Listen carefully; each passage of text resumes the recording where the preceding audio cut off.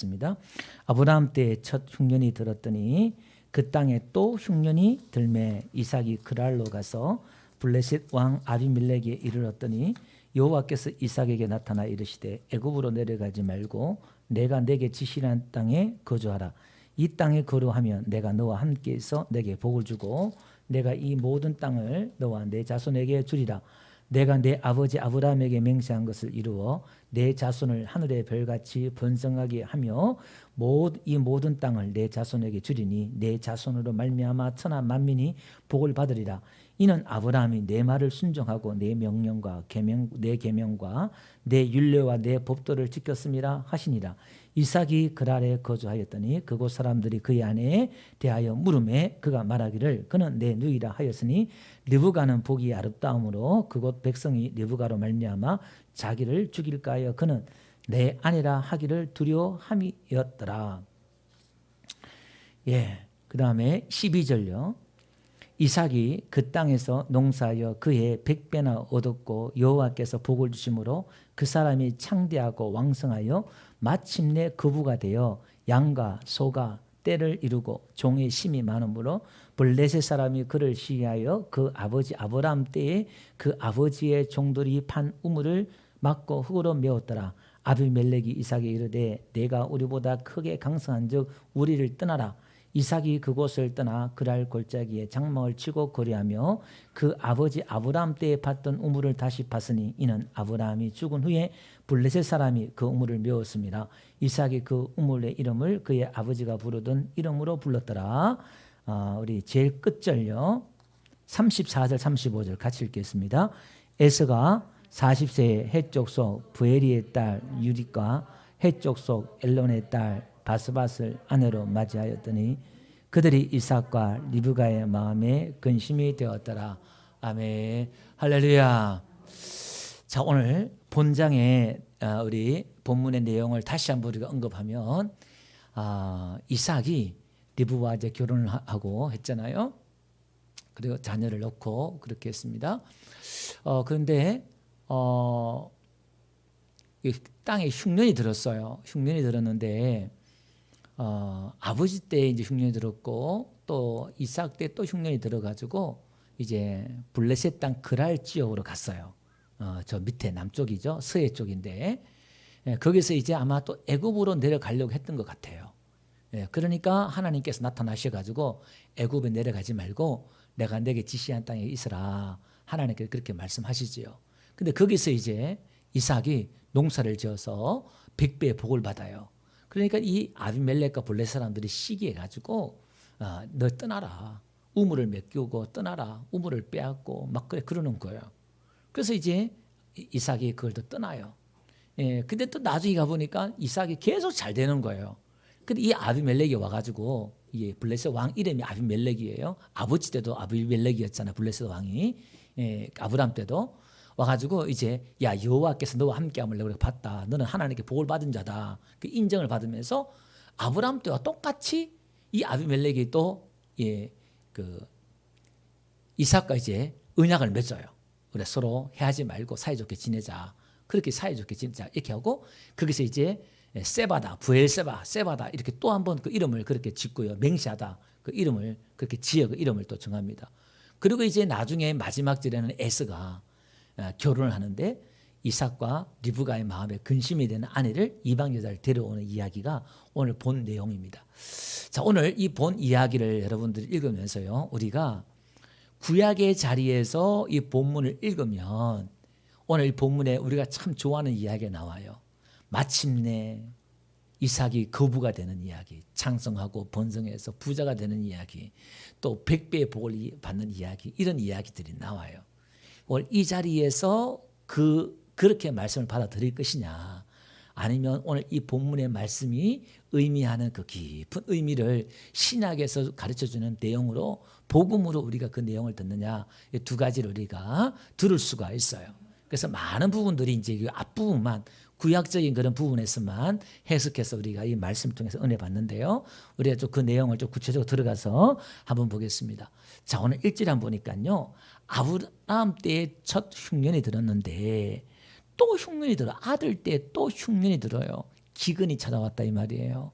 하나님의 약속된 백성들, 하나님의 약속된 가정, 교회에게 고난과 어려움이 온다는 거예요. 왜 하나님의 택한 백성, 자녀들에게 이런 고난과 시련들이 올까요? 하나님의 백성들에게도요, 이 땅에 있는 동안 똑같이 고난과 어려움이 온다는 거예요.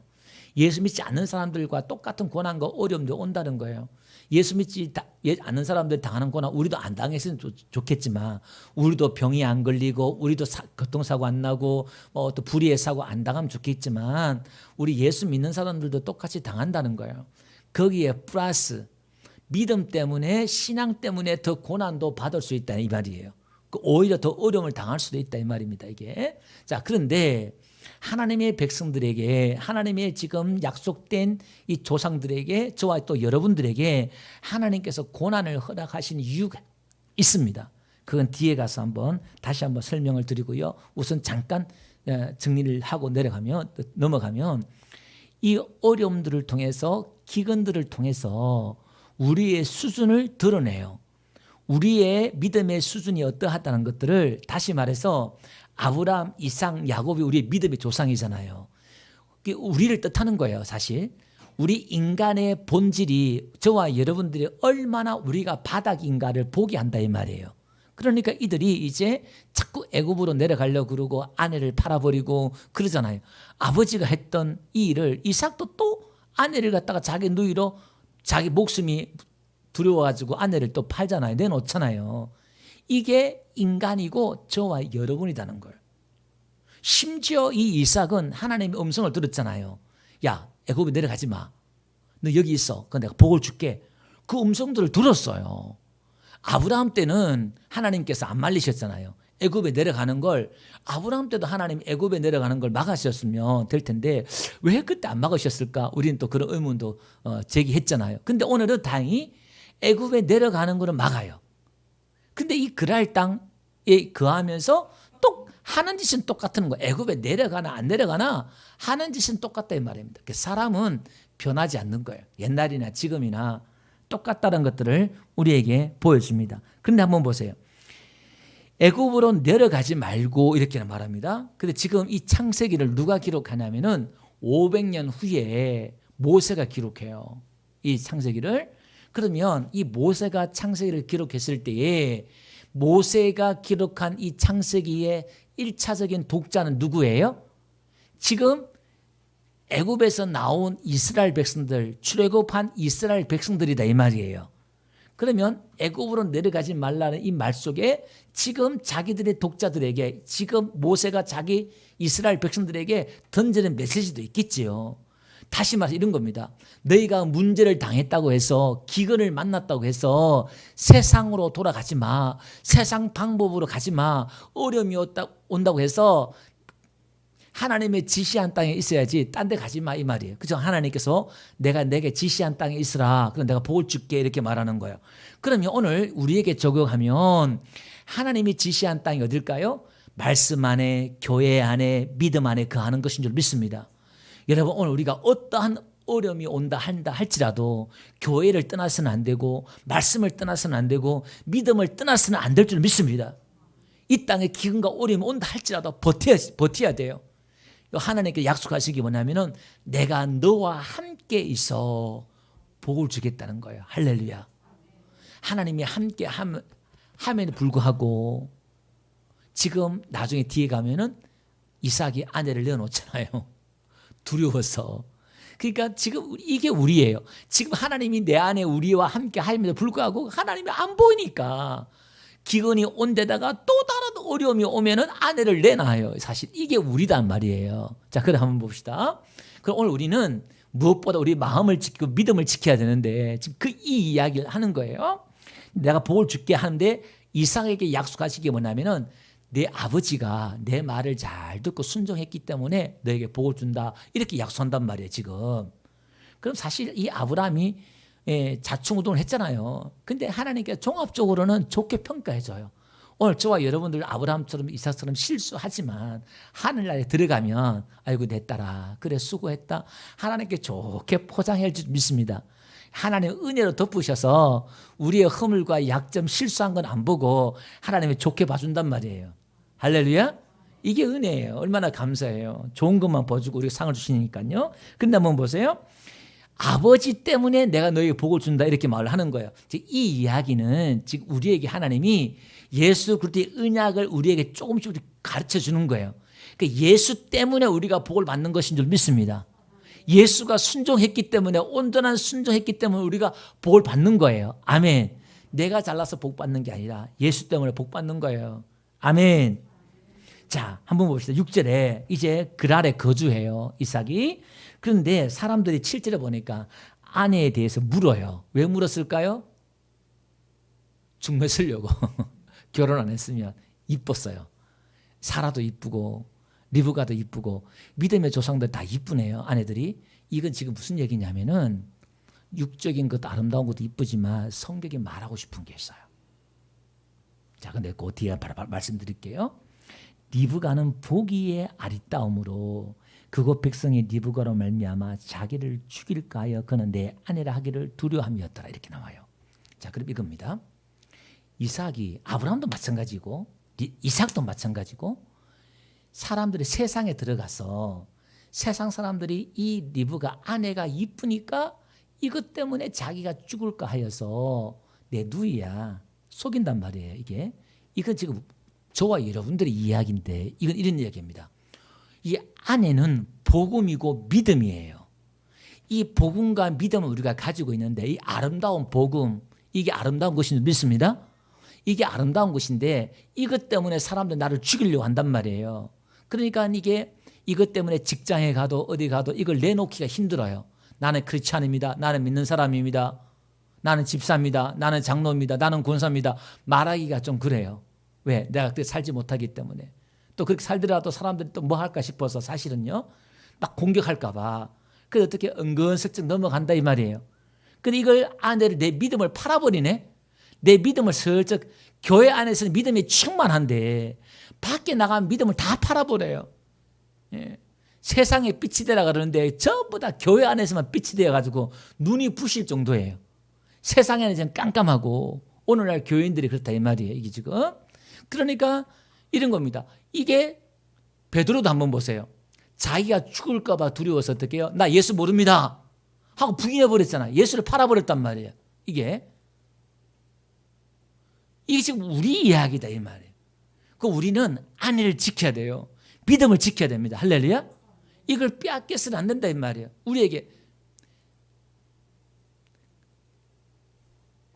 그 창세기부터 지금 우리에게 이 복음을 지금 이야기하고 싶은 거예요. 예수 신랑을 이야기하고 싶은 거예요.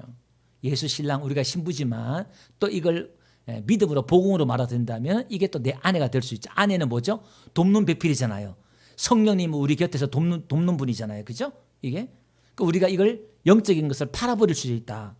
그 말입니다. 이걸 두려워서 내가 누이라 속였다. 그렇게 이제 말을 하는 거예요.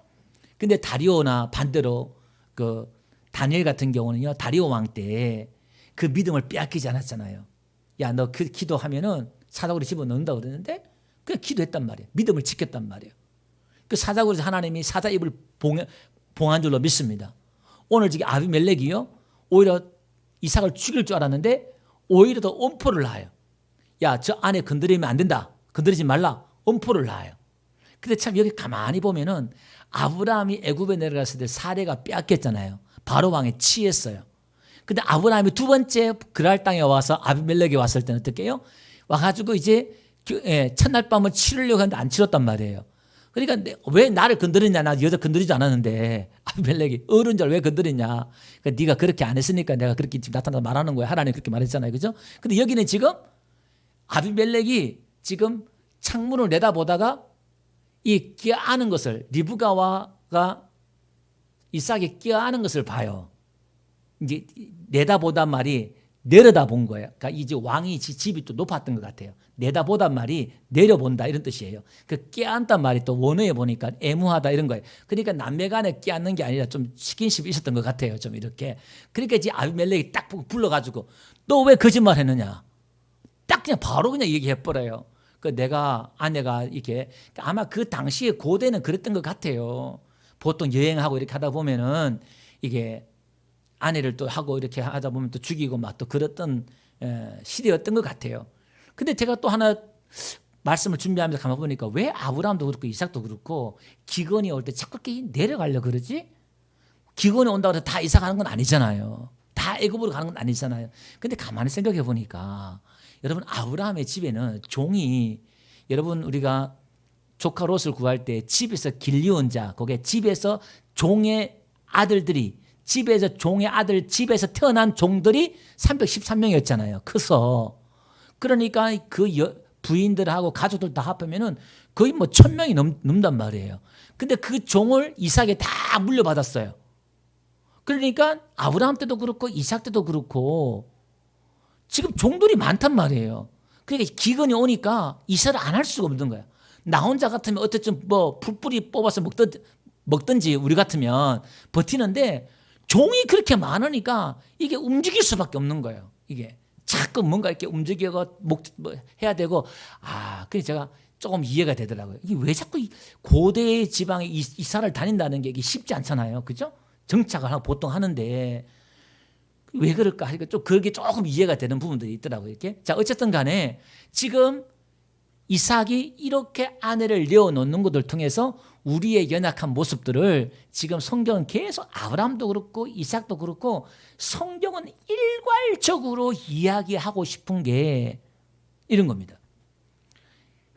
믿음의 조상이라고 한 이 사람들도 이렇게 연약한 존재야. 다시 말해서 고난과 기근 문제를 통해서 우리의 연약함이 드러나는 거예요. 드러나면서 반대로 우리의 신앙이 나에게서 하나님 중심으로 나 중심에서 하나님 중심으로 가는 것인데 하나님께서 이렇게 말씀하시잖아요. 내가 너에게 복을 주겠다. 오늘 여기 보니까요. 3절 그 중간에 보니까 내가 네 아버지 아브라함에게 맹세한 것을 이루어 내가 맹세한 것을 이루겠다는 거예요. 요 맹세 뒤에 가서 제가 또 말씀을 드릴게요. 요 결론적인 말씀드리고 일단 넘어가도록 그렇게 할게요. 그 다음에 12절 한번 볼게요. 12절 보니까 이삭이 그 땅에서 농사요. 업종을 바꿔요. 지금 이삭이 보통 목축업을 하잖아요. 근데 여기는요. 농사라 이렇게 나왔는데 원어에 보니까 뿌리다, 심다 이런 뜻이에요. 그러니까 농사겠지요. 근데 이걸 그대로 좀 해놓으면은 조금 더 우리가 성경 신약과 연결해서 우리가 좀 이해가 좀 될 것 같아요. 그해 그 땅에서 뿌리고 심어서 그해 100배나 얻었고 이렇게 나와요. 그 당시에 뭐 보통 블레셋 땅에서는 20배, 50배까지 수확을 얻었대요. 근데 지금 농사도 안 지었던 이삭이 어쨌든 간에 100배를 얻었네요. 여러분 100배라는 것은 그 당시에 숫자가요. 아라비아 숫자는 없었거든요. 이 100이라는 것은 뭐냐면 최대 숫자예요. 나중에 신명기 500년 지나서 이제 가나안 땅 들어갈 때 모세 때 가면은 1000배나 많게 하시고 숫자가 이제 1000이 이제 최고 숫자가 되는 거예요. 이게. 근데 그러니까 최고의 어떤 그런 수치를 지금 이야기하고 싶은 거예요. 근데 씨를 뿌려서 100배를 얻었다? 이거 우리가 또 많이 봤죠. 신약에 보니까 좋은 땅에 그죠? 뿌림받은 씨가 30배, 60배, 100배의 열매를 얻는단 말이에요. 그 지금 성경은 일괄적으로 우리에게 지난주도 마찬가지지만 이 씨를 이야기하면서 내가 씨를 줄게 자손을 줄게 해서 하나님이 25년 만에 아브라함은 주셨고 20년 만에 또 이삭은 주셨고 이게 뭐지? 계속 지금 씨 이야기를 하고 있단 말이에요. 창세기에도 셋째 날에 하나님 씨 맺는 열매를 주셨고 이 이야기를 하고 있는데 이 씨는 나중에 예수 그리스도고 복음이다 라는 것을 우리가 신약이 드러나요. 그리고 또 이 씨는 우리에게 말씀이에요. 울며 씨를 뿌린 자는 기쁨으로 단을 거두리라 말씀했던 것처럼 이 씨는 하나님의 복음의 말씀인 줄 믿습니다. 복음의 이 말씀을 뿌리면 눈에는 보이지 않아요. 눈에는 보이지 않는데 저도 마찬가지로 복음을 뿌리면은 눈에 보이지 않아요. 잘하는 건 눈에 보이지 않아요. 근데 하나님이 때가 되면 기쁨을 거두게 하시고 100배 열매를 맺게 하신 줄 믿습니다. 우리가 듣든지 안 듣든지 이 복음을 전하면 이 복음은 여러분들은 모르지만 여러분이 전한 그 복음이 어느 순간에 하나님께 열매를 맺게 하셔서 돌아오게 하실 줄 믿습니다. 비가 땅에 내려오면 다시 하늘로 안 올라가잖아요. 이와 마찬가지로 하나님이 한번 선포된 하나님 입에 나간 그 말씀은 다시 돌아오지 않는다는 거예요. 반드시 열매를 맺는다는 거예요. 할렐루야. 그래서 우리는 때를 어떤지 못 얻든지 하나님 말씀을 전하시는 저와 여러분들 되시기를 바랍니다. 복음을 전하시기를 바랍니다. 할렐루야. 자, 그러면서 한번 봅시다. 12절 끝에 보니까 여호와께 복을 주심으로 이렇게 나와요. 자, 복을 주심으로 그 사람이 13절 창대하고 왕성하여 마침내 거부가 되어 이렇게 나와요. 자, 그러면 부자 됐다 이 말이겠죠, 그죠? 근데 부자인데 더 거부가 됐다 이 말이에요. 더 부자가 되단 말이에요. 대기업이 된 거예요. 중소기업에서 대기업 이제 회장이 된 거예요. 한마디로 말하면 이게 어마어마한 부자가 된 거예요. 이게. 그런데 한번 봅시다. 하나님의 그 복, 영적인 복, 하나님의 나라. 여러분 구약과 신약의 성경의 주제는 하나님의 나라라고 그랬어요. 천국이라고 그랬어요. 여러분 하나님의 그 나라 그 복을 설명하기 위해서는 구약에서는 무엇으로 가르쳤냐면은 재물로 자녀를 통해서 하나님의 복이 이런 거야 가르쳐 준 거예요. 이해를 못하니까. 그래서 지금 아브라함이 거부가 되었다 부자가 되었다 이걸 지금 4,000년 전에 이 자리 4,000년 전에 이 이삭 때의 말씀으로 받아들이면 괜찮아요. 아, 예수 믿으면 부자가 되는구나. 아멘 해도 상관이 없어요. 근데 지금 우리가 4,000년이 지난 지금 신약이잖아요. 이 시대의 이 뜻을 우리는 지금 이해를 해야 돼요. 지금 신약에 들어오면 뭐라 그래요? 오히려 구약에는 부자, 자녀 이게 복의 상징이고 하나님이 함께한 증거고 은혜의 상징이었는데 신약에 들어오면 오히려 어떻게 해요? 내 전 재산을 다 가난한 자에게 주고 나를 따르라. 예수 믿으면 부자가 된다. 약속이 하나도 없어요. 오히려 어떻게 재산이 빼앗기고 고난받고 가난하고 나눠주고 베풀고 그렇게 가는 것이지 어떻게 신약에 한 사람이라도 예수 믿어 부자가 되었다 이렇게 말하는 사람이 없어요. 자기 밭을 내어놓고 전재산을 내어놓고 예수를 따르는 것으로 나타나지 이게. 그러면 이 복의 의미가 뭔가를 우리가 좀 찾아가보고 추적해 나가야 되겠죠. 그래서 오늘 우리는 내가 보고 싶고 내가 듣고 싶은 대로 성경을 보고 들으면 안 된다는 거예요. 하나님이 지금 자꾸 무슨 이야기를 하려고 이 이야기를 하지? 아브라함 이야기, 이삭 이야기, 아내 이야기 막 하는 걸 그건 하나의 비유예요. 사실이지만 사건이지만 그 사건을 통해서 그 의미를 캐내야 될 줄 믿습니다. 그걸 캐내는 것이 복음이고 껍데기만 보면은 율법이 되는 거예요. 자, 한번 봅시다. 그러면 그 본질로 한번 들어가서 좀 한번 볼게요. 그러면 열매를 맺는다? 부자가 된다? 이 말을 우리가 좀 더 한번 볼게요. 창대하고 이 말 있죠. 그 한번 볼게요. 13절. 그 사람이 창대하고 요 말이 가달, 히브리어로 가달 이거예요. 잘하다, 부유해지다, 위대하다, 존귀하다 이런 뜻이에요. 그 다음에 왕성하여 이 말은 걷다, 가다, 혀지다 이런 뜻이거든요. 이게 무슨 뜻이냐면은 나중에 아비멜렉이 야 이삭에게 와서 뒤에 가보면 우리를 떠나가라 이렇게 말해요. 떠나단 말이 요 왕성하단 말이 같은 단어예요. 그러니까 문맥상 보면은 점점 혀지다, 떠나다, 가다 이런 건데 이런 문맥상 보니까 왕성하단 말이 점점 재산이 많아졌다 이 말이거든요. 그렇게 해석하시면 되는 거예요. 자, 그다음에 마침내 거부 있죠. 요 거부가 창대하다가 히브리어 같은 단어예요. 까달 같은 단어예요. 그럼 이런 거죠. 이 창대 거부가 가달이란 말인데 이 단어 속에는 부유해지다, 위대해지다, 존귀해지다, 잘하다 이런 뜻이 있어요. 그럼 이런 겁니다. 창세기에 우리 가서 21장 가볼게요. 이삭이 태어나가지고 젖을 때 있잖아요. 그죠? 젖을 때 거기 보니까 아이가 자라매 있죠. 그 자라매가 가달이에요. 창성하다, 거부가 되다. 이것도 같은 단어예요. 자, 그러면 그게 이제 그 문맥상 그렇게 해석하기도 이렇게 해석하기도 하는데 그 단어가 같은 뜻이다 이 말이에요. 같은 그 단어에 들어가 있다 이 말이에요. 그럼 우리는 이렇게 볼 수가 있겠지요. 그럼 오늘 우리가 이게 예수 믿으면 하나님 믿으면 부자가 되고 거부가 되고 창대하다 이렇게 말씀을 받아들이면 그건 구약적으로 받아들이는 것이고 성경을 껍데기만 받아들인다 이 말이에요. 그럼 이게 알맹이는 하나님께 받은 진짜 복, 진짜 거부가 되고 진짜 부자는 진짜 복은 뭐냐? 영적으로 자라가는 거예요. 영적으로 성숙해가는 거예요. 자라가야 열매를 맺잖아요. 이게 그죠? 이게 그 복을 신약에 와서 이 이야기를 지금 하고 싶은 거예요. 자, 한번 봅시다. 그래서 골로새서 1장 6절 한번 가볼게요.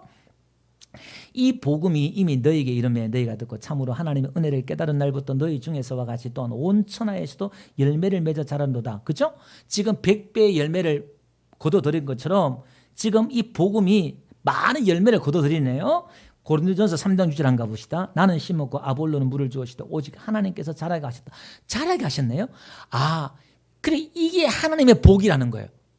아볼로는 전도하고 바울은 전도하고 아볼로는 교육을 했단 말이에요. 예? 교육 목사 가르치는 목회를 했는데 그 믿음을 자라게 하신 분은 하나님이란 말이에요.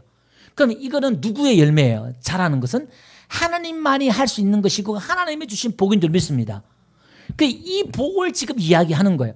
성장, 성숙, 자란다. 이게 하나님의 복이다. 이게 거부가 되는 거예요. 이게 부자가 되는 거예요. 아멘. 자, 또 한번 봅시다. 7절요. 계속해서 그런즉 심는 이나 물든 이는 아무것도 아니로되 오직 자라게 하시는 이는 하나님 뿐이라. 그렇죠? 지금 아브라함도 이삭도 아무것도 아니야. 하나님이 최고야. 이걸 지금 이야기하고 싶은 거예요. 아멘. 자, 에베소 4장 15절. 오직 사랑하는 참된 것을 하여 범사에 그에게까지 자랄지라.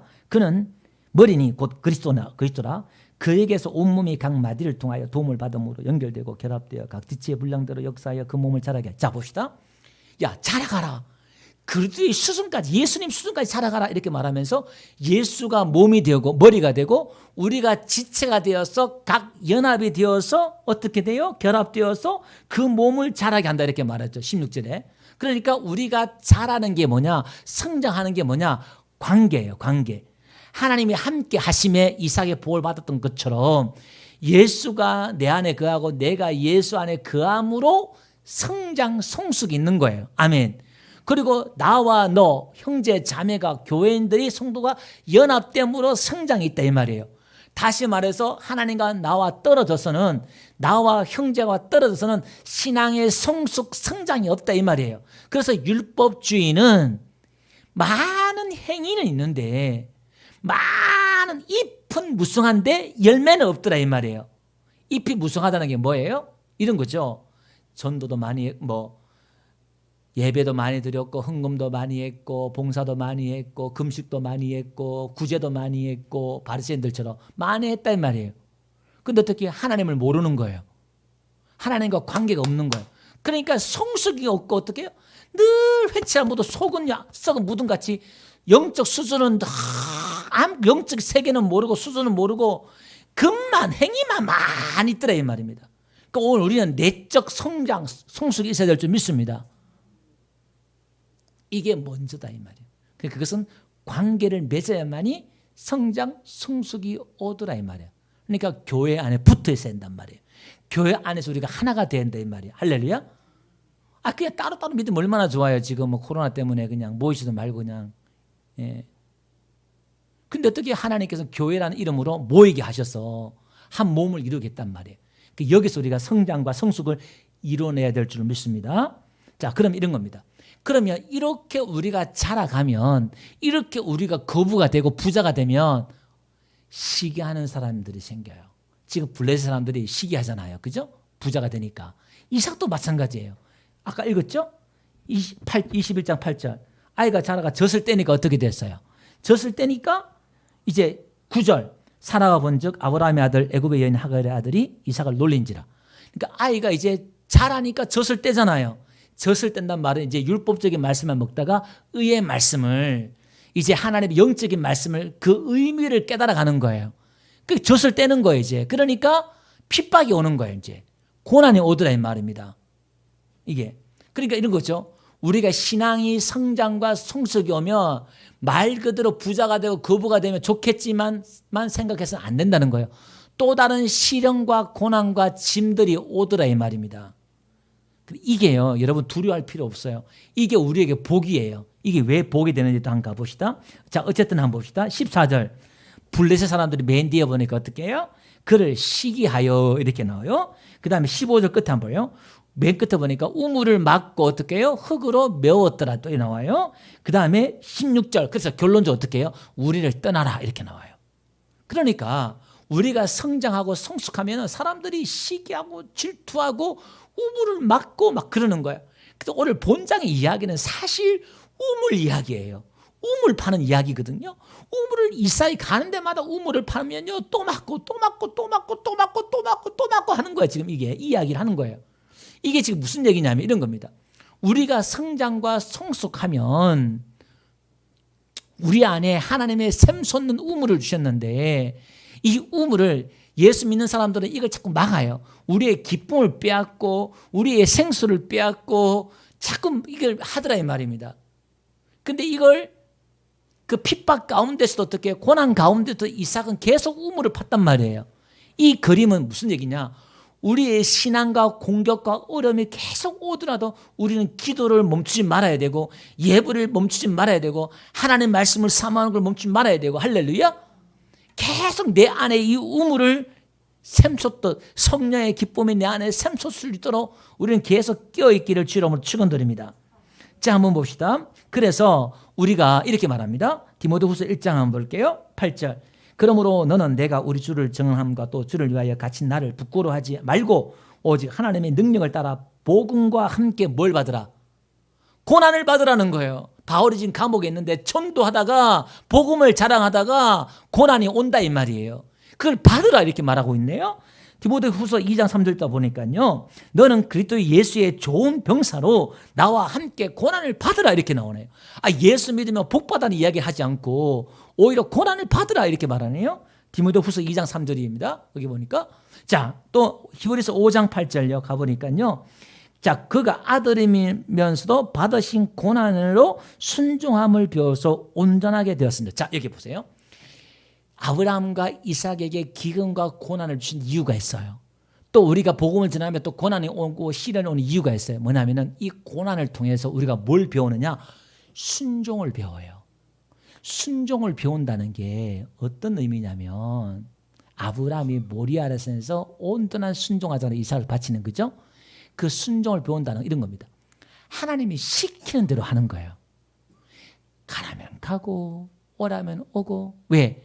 이제 나는 아무것도 아니란 걸 안 사람은 자기 자신을 고난을 통해서 시련을 통해서 자기 능력, 자기 한계를 깨달은 사람은 자기 바닥을 본 사람은 자기 한계를 깨달은 사람은 하나님만 찾을 수밖에 없고 기도할 수밖에 없고 순종만 있는 거예요. 아멘. 그리스도인들의 최고의 미덕 중에 하나가 뭐냐면 순종. 우리 이걸 배우는 거예요. 고난을 통해서. 그러니까 고집 세고 말 안 하는 사람들 있잖아요. 여러분 생각이 많은 사람들 있잖아요. 한 가지 방법이 있어요. 광야 40년을 뺑뺑 돌려버려요. 뺑뺑 돌리면 죽을 것 같아요. 그럼 그 손들어요. 죽이든지 살리든지 하나님 알아서 하십시오. 그때 하나님 어떻게 나를 손을 붙잡고 이렇게 세우시면서 어떻게 해요? 좋은 옷을 입혀주시고 하나님 아버지의 것을 다 주셔요. 그때까지 하나님이 기다리셔요. 온전한 순종할 때까지. 우리는 그것을 배워가는 겁니다. 자, 그 다음 봅시다. 모세를 또 한번 볼게요. 예를 들어서 이렇게 나왔어요. 히브리서 11장에 가보니까 믿음으로 모세는 장성하여 뭐하여? 장성했대요. 자라갔대요. 키가 컸다는 게 아니라 영적으로 장성했다. 이 말을 우리에게 하고 싶은 거예요. 바로의 공주의 아들이라 칭함받기를 거절하고. 여러분 바로의 공주의 아들이면요 세상 것, 이 세상이 자기 거예요. 근데 모세는 그걸 거절했단 말이에요. 도리어 하나님의 백성과 함께 고난받기를 잠시 제약의 낙을 누리는 것보다 더 좋아. 여러분 이런 바보 멍청이 어디 있어요? 우리 같으면 이런 거죠. 머리가 돌아간 사람은 아니 왕자가 되어가지고 하나님 잘 믿으면 되지 않냐. 왕자가 되어가지고 전도하면 머리 돌아간 사람 또 이렇게 또 생각할지 모르겠어요. 근데 모세는요 딱 그걸 거절하고 고난받는 자기 백성들과 함께 고난을 받았다. 또 성경이 또 이렇게 또 포장을 해줘요. 이게 또 모세도 머리 짓뜯으면서 자기 머리 짓뜯으면서 고민했을 거예요. 아이고 내가 미쳤지. 내가 그때 왜 그랬을까. 40년 동안 광야에 있으면서 막 온갖 생각 다 했을 거예요. 그래서 사람인지라. 근데 성경은 결론적으로 다 좋게 포장해줘요. 또 모세의 그런 믿음이 없었던 건 아니잖아요. 그죠? 근데 하나님도 자기 도와주는 것도 아니고 이게 뭐냐 도대체 또 그랬을 거예요. 근데 어쨌든 간에 마지막은 승리했겠지요. 한번 봅시다. 26절. 그리스도를 위하여 받는 수모를 애굽의 모든 부하보다 더 큰 재물로 여겼으니. 이게 지금 뭐 한번 봅시다. 뒤에 보니까 이는 상주심을 바라봅니다. 믿음으로 애굽을 떠나 왕의 노함을 무서워하지 아니하고 그는 보이지 아니한 자를 보는 것 같이 하여 참았습니다. 여러분, 하늘의 그 복 지금 안 보이잖아요. 그 어마어마한 세상의 금은 보화를 다 포기하고 보이지 않는 그 하나님, 보이지 않는 천국의 그 복을 보고 이 땅에서 다 버렸다 이 말이에요. 여러분 같으면은 삼성그룹 회장 다 준다 그러면 여러분 어떻게 해요? 믿음 다 팔아버릴 거예요. 주일 예배 안 드리고 주일 예배 1년만 안 드리면 내가 회장직 줄게요. 그러면 어떻게 해요? 1년 동안 교회 안 나올 사람 여기 아마 내가 보니까 아무도 없는 것 같아. 해 뜨는 교회는 없는 것 같아. 여러분 어떻게 생각하세요? 회사 한번 잘 나가는 회사 여러분 줄 테니까 한 달만 교회 나가지 마라. 제가 그 한교총에 산하였던 청소년 지도대학 교학처장을 했을 때 그 이사였던 이사장님이 계셔요. 이분이 변리사였는데 그 장로님이었거든요. 지금은 이제 목사님 되셨어요. 예.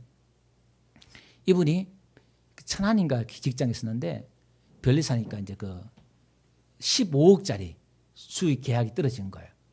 그 자기는 수요 예배 들어가야 된다고 15억을 포기하고 예배 들으러 왔어요. 그것도 수요 예배. 그분 보면 그때 제가 얼마나 부끄러웠는지요. 참 제가 한번 간증했잖아요. 예배 시간 와서 한번 안 울고 가면은 억지로 눈물 짜고 가신 분이라고. 예배 드리면서 등을 의자 뒤에 한 번도 이렇게 붙여본 적이 없다고. 이렇게 은혜가 떨어지면요 예배 시간 은혜가 안 돼요. 그럼 자기 아파트를 팔아버리고요 작은 아파트로 가요. 그 작은 아파트 간 게 뭐 30 몇 평 40평인가 봐. 그래 하여튼 그래요. 돈이 많아서 그런데. 그러니까 이분이요. 그러니까 이게 복받을 그릇이 틀리더라고 보니까요. 이게 그 스케일을 보면요. 하나님의 부자도 보면 부자 될 사람도 스케일을 따로 두는 것 같아요. 이렇게 보면. 예. 하나님 앞에 드리고 심는 거 발발발 떨어가지고는요. 안 되는 거예요. 여러분 때 안 되더라도 여러분 하나님 앞에 심으시기 바랍니다. 예. 하나님께 또 아브라함 때문에 이삭을 복을 준 것처럼 다윗 때문에 솔로몬을 복을 받은 것처럼 한마디로 말하면 그게 이제 육적으로 흘러가긴 가요. 사실은. 이게 이제 예수 그리스도 때문에 복을 받는 것도 있지만, 그죠? 예, 그런 것도 있잖아요. 이게 하나님도 이렇게 그런 은혜가 또 있습니다. 없는 건 전혀 아니에요.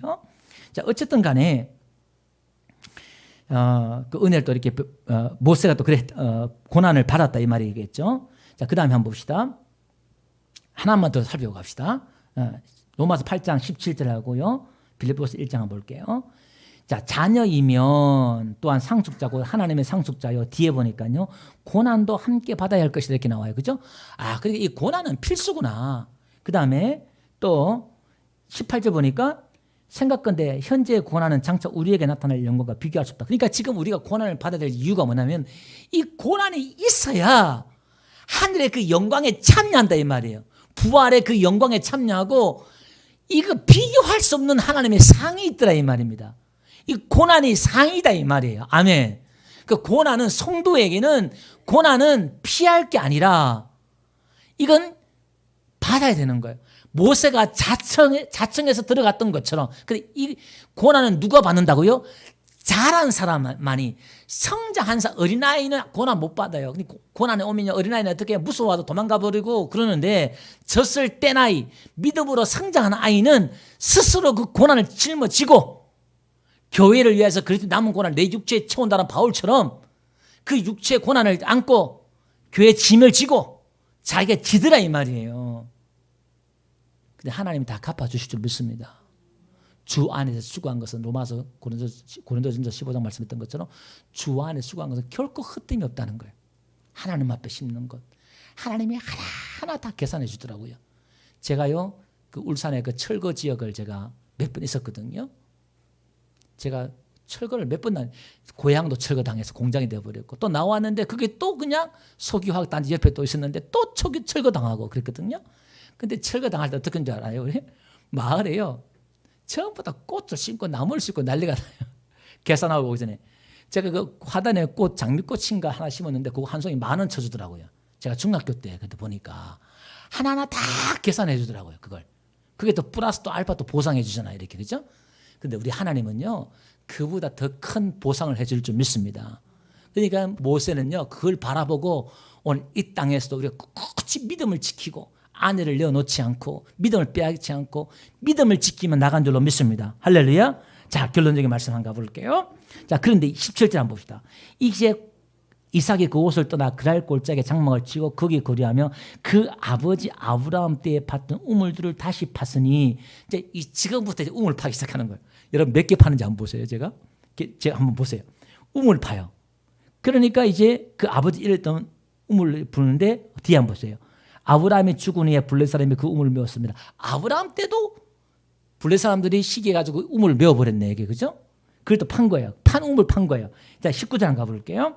이삭의 종들이 골짜기를 파서 생근을 얻었더니 그날 목자들이 이삭의 목자와 다투어 이르되 이 물은 우리의 것이라 하며 이삭이 그 다투는 말미암아 그 우물의 이름을 에색이라 했고 또 21절 또 다른 우물을 팠더니 그들이 또 다툼으로 그 이름을 신나라 하였으므로 이삭이 거기서 옮겨 다른 우물을 팠더니 그들이 다투지 아니하였으므로 그 이름을 르호봇이라 하여 이제는 이르되 이제는 여호와께서 우리를 위하여 넓게 하셨으니 이 땅에서 우리가 번성하리도 하였더라. 이삭이 거기서부터 또 이삭 안 해요. 부엘사바로 올라갔더니 그 밤에 여호와께서 그에게 나타나 이르시되 나는 내 아버지 아브라함의 하나님이니 두려워하지 말라. 왜요? 지금 계속 우물을 빼앗기고 또 갔잖아요. 그러니까 지금 이삭 마음에는 이게 참 지치는 거예요. 두렵기도 하고 또 빼앗길까 막 오니까 그 두려움이 있었던 것 같아요. 근데 하나님 찾아오셔서 두려워하지 마. 아버지 때도 그랬잖아요. 그죠?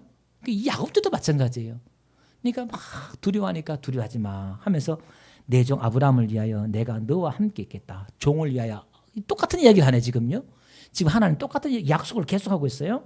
내게 복을 주어. 내게 복을 주어. 이게 무슨 얘기예요 지금? 복 받았잖아요. 창대하고 거부가 되고 마침내 거부가 되었잖아요. 부자 되었잖아요. 그런데 지금 하나님이 내게 복을 주어 이렇게 나와요. 이게 지금 뭔 얘기냐면은 하나님이 진짜 복을 주고 싶은 거예요. 할렐루야. 아직까지 진짜 복을 못 받았다 이 말이에요 지금. 우리가 지금 눈치를 채야 돼요. 그러니까 한번 보세요. 여기서 25절 한번 봅시다. 이삭이 그곳에 제단을 쌓고 여호와 이름을 부르며 거기 장막을 쳤더니 이삭의 종들이 거기서도 또 뭘 파요? 또 우물을 파요 거기서도. 근데 한번 보세요. 지금까지 우물을 판 것하고 하나님이 나타나셔서 이제 제단을 쌓고 예배를 하고 하나님의 이름을 불러요. 찬양하는 거예요. 장막을 쳤다 이 말을 지금 신약에는 이걸 어떻게 그림을 해석하면 되냐면 교회를 세웠다 이렇게 이야기하시면 돼요. 이제 거주하고 뭐 자기 장막이지만 여러분들은 이걸 교회로 이해하시면 돼요. 그거는 거의 틀린 건 아니에요. 그러니까 이제 신앙의 어떤 그런 정착과 안정을 이렇게 하면서 하나님을 예배하며 찬양하면서 믿음 안에 서 있는 이삭의 모습을 보내요. 거기서 우물을 팠다 이 말이에요 지금. 자 그럼 한번 봅시다. 지금 이걸 한번 정리해 보니까요. 제가 이걸 딱 보니까 이 그림이 좀 뭔가 비슷한 그림이 나와요. 여러분 요한복음 4장에 가보니까 사마리아 우물가 여인 나오잖아요. 그 여인에게 가서 예수님이 이렇게 말해요. 여인아 나에게 물을 좀 달라라. 아니 당신이 유대인인데 나에게 어떻게 물을 달라 하느냐. 네가 너에게 물을 달라는 네가 누군지 알았으면 네가 나한테 물을 달라 했을 것이다. 내가 주는 물은 영원히 목마르지 않는 셈이다. 이렇게 말하고 있잖아요. 그죠? 그러니까 이제 그 물 주세요. 그러면 나는 물도 수고하지 않게 주세요. 그러니까 예수님께서 뭐라고 하냐면은 내 남편을 데려오너라. 불러오너라. 이렇게 말을 하는 거예요. 그러니까 난 남편 없어요.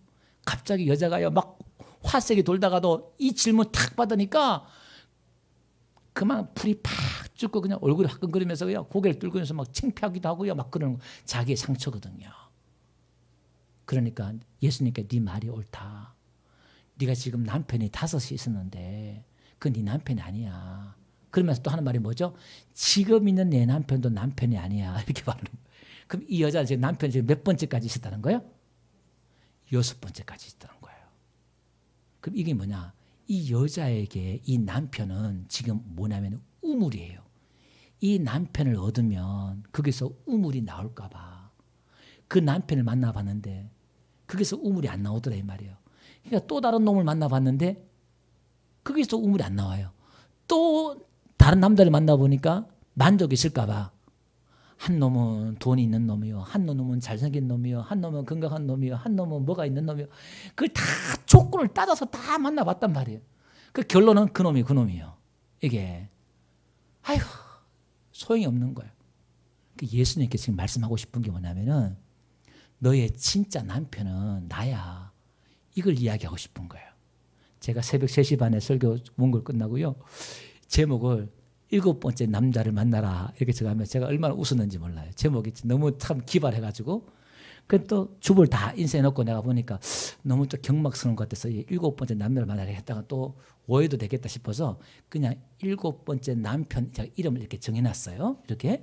그러면 지금 이게 한번 봅시다. 이삭이 지금 우물을 판 게 지금 5번째 우물을 파요. 5번째 지금 한번 보세요. 15절 우물 한번 봅시다.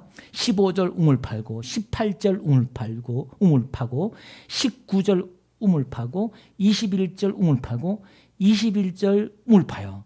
근데 23절에 보니까 이제 5개 우물을 팠단 말이에요. 우물을 팠는데 그것도 아니야. 근데 이제 23절 보니까 부엘세바에 올라가서 하나님 만나고 또 우물을 파잖아요. 그죠? 6번째 우물을 파요. 이게. 그런데 지금까지 우물은 진짜가 아니야. 이렇게 말하는 거예요. 25절 한번 봅시다. 이삭이 그곳에서 제단을 쌓고 여호와의 이름을 부르며 거기에 장막을 쳤더니 이삭의 종들이 거기서 우물을 팠더라. 이렇게 나와요. 그러니까 지금 6번째 우물이 25절 우물이에요. 이게. 그러면 7번째 우물 32절 한번 가봅시다. 32절 한번 가보니까 결론적인 말씀이에요. 그날에 이삭의 종들이 자기들이 판 우물에 대하여 이삭에게 와서 알려 이르되 우리가 우물을 얻었다 하며 이게 지금 무슨 얘기냐면 그 앞에 26절부터 뭐냐면은 아비멜렉 왕이 찾아와요. 찾아오니까 27절 끝에 보니까 네가 쫓아낼 때는 언제고 지금 찾아왔느냐 이삭이 이렇게 물으니까 이제 28절 그들이 뭐냐면은 여호와께서 너와 함께 계심을 우리가 분명히 보았다 이렇게 말하는 거예요. 여러분 오늘 우리는 이 신앙을 예수 믿지 않은 사람들에게 보여줘야 될 줄 믿습니다. 다시 말해서 세상적인 방법으로 부자 되려고 하지 말고 세상적인 방법으로 여러분 안 살아도 여러분 진짜 부자는 하나님의 부자는 세상적인 방법으로 부자 되는 게 아니라 믿음으로 가는 게 진짜 부자가 되는 거예요. 여러분 전쟁에서 전리품을 취해서 아브라함이 부자가 되었다 그러면 그건 하나님이 부자 되었다. 소돔 왕이 재물을 다 양보해가지고 부자가 되었으면 하나님 부자 되었다 이렇게 소리 안 할 거 아니에요. 그죠? 근데 아브라함이 그 거절하잖아요. 그죠?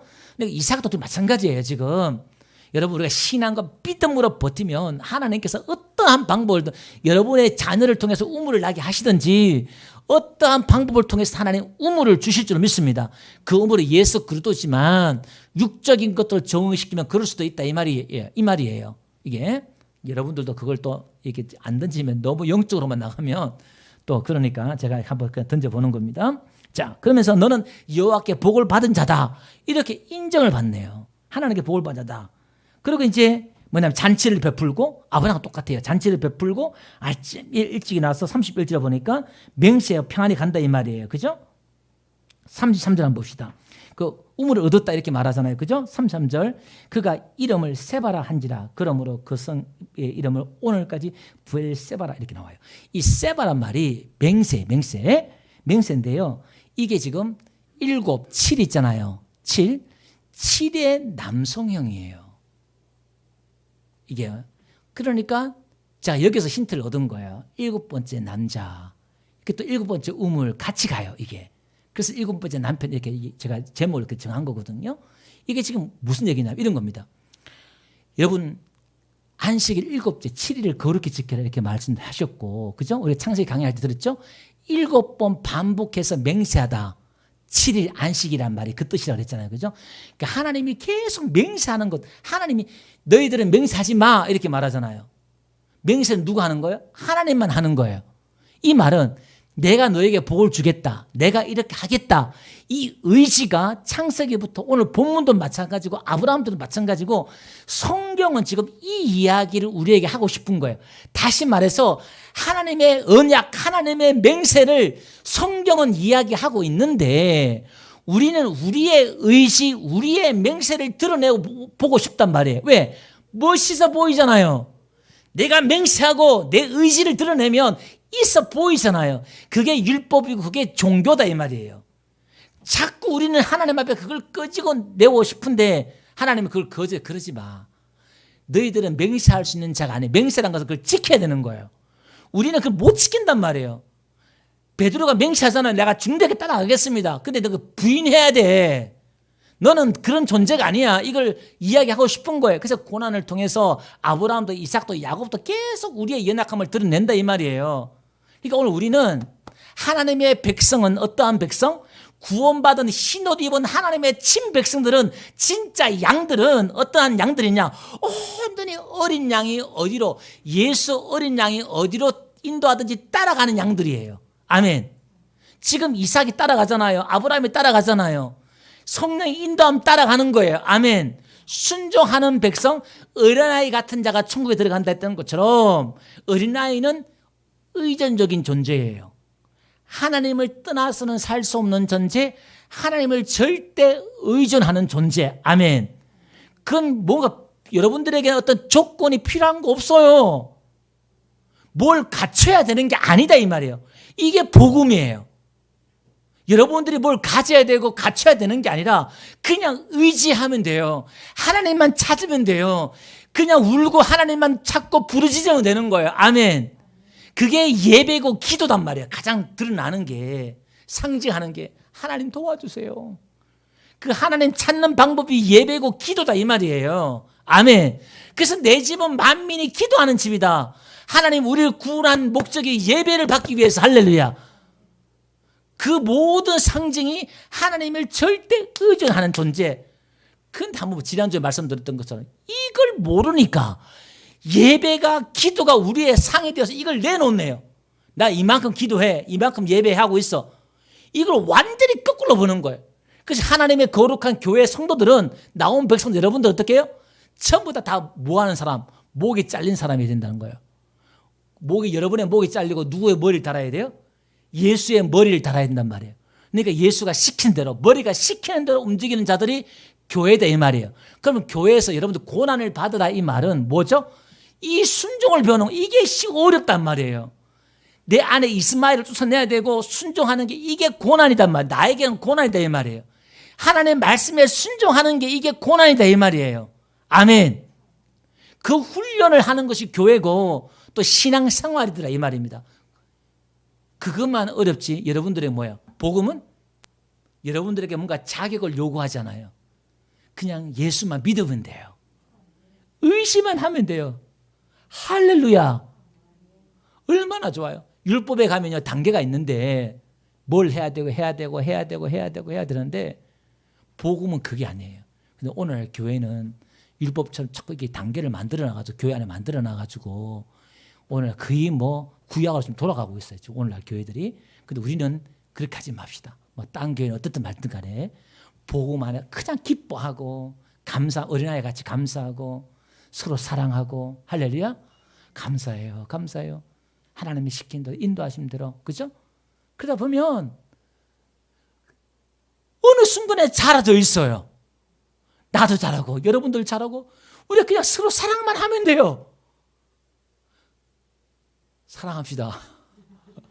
사랑 좀 합시다. 우리 서로. 예, 우리 교인들 참 많이 사랑하는데 제가 참 행복해요. 우리 교인들 보면 행복한데 이러다 보면요 어느 순간에 자라가 있어요. 그러면요 영적 거부가 돼요.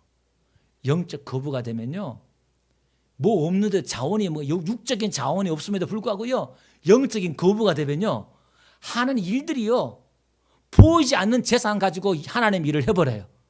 이 교회가 지금 있는 돈 가지고 재정 가지고 하는 게 아니라 보이지 않는 지금 그 돈 가지고 믿음으로 해나가는 역사가 있는 줄 믿습니다. 이거는 거부만이 할 수 있는 거예요. 믿음의 거부만이.